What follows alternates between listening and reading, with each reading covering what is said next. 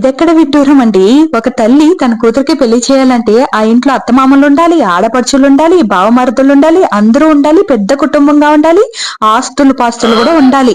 అలా చూసి పెళ్లి చేస్తుంది. కానీ ఆ కూతురు ఆ ఇంట్లో మాత్రం కాపురం చేయకూడదు, వేరే కాపురం పెట్టేవాళ్ళన్నమాట వెంటనే. ఎందుకంటే తన కూతురికి చాలా కష్టం అయిపోతుంది కదా. ఇంత పెద్ద కుటుంబాన్ని పోషించాలంటే సారీ ఇంత పెద్ద కుటుంబానికి సేవలు చేయాలంటే వాళ్ళ కూతురుకు ఒళ్ళేసిపోతుందని వెంటనే వేరే కాపురం పెట్టించేస్తారు.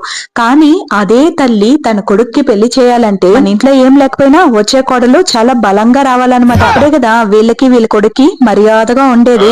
ఏమీ లేకుండా వెళ్ళామనుకో గతి లేకుండా పంపించేశారు అని ఆడిపోసుకుంటూ ఉంటారన్నమాట.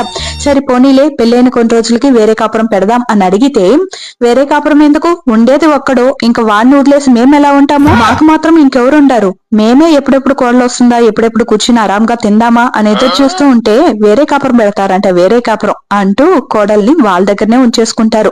వేరే కాపురం అన్న మాటే దరికి కూడా రానివ్వరు అనమాట. కూతురేమో ఎవ్వరికీ సేవలు చేయకూడదు, కానీ కోడలు మాత్రం వీళ్ళకి సేవలు చేస్తూనే ఉండాలబ్బా. ఇదెక్కడి న్యాయమో నాకైతే అర్థం కాలేదు. మీకు అర్థమేంటో చెప్పండి.